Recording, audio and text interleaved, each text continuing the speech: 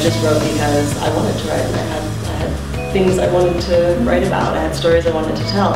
And the reason that I'm a fantasy writer as opposed to any other kind is that my academic training is as a classicist. And after spending years studying ancient Greek and Roman literature in which witches and monsters and gods and magic are not anything unusual, it's just Tuesday afternoon in ancient Greece, I didn't really actually understand that what I was writing was fantasy at all. I thought I was just writing literature. And it had to be patiently explained to me that perhaps my talking animals and living mazes were not, strictly speaking, realism. But I've always written what was in my head. It just so happens that what is in my head is a crazy mishmash of folklore from everything I've ever heard. In a very real way, Deathless, the novel, is my way of explaining that one moment in a tale. And I couldn't let that idea go, that there had to be a reason, there had to be an emotionally genuine reason that this would have happened, and that was why I wrote the book. American readers know almost nothing about Russia, both its history and its culture. In a real sense, in the last century, Americans were not really allowed to know anything about Russia beyond that Russia is bad. And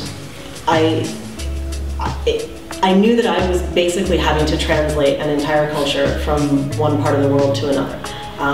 There has, of course, been many books published in America about the fiction taking place in Russia, but not very many science fiction and fantasy novels. I grew up terrified of Russia, and all of the obsession with finding out about it was in part trying not to be as afraid. And I'm very much working out for myself what it means to live in a post-Cold War world where everything changed. Yeah, I think I wanted to tell a story about people, and I constantly have to deal with the Russianness of the Russian book I wrote, and what that means, and that means something different to every single person who reads it.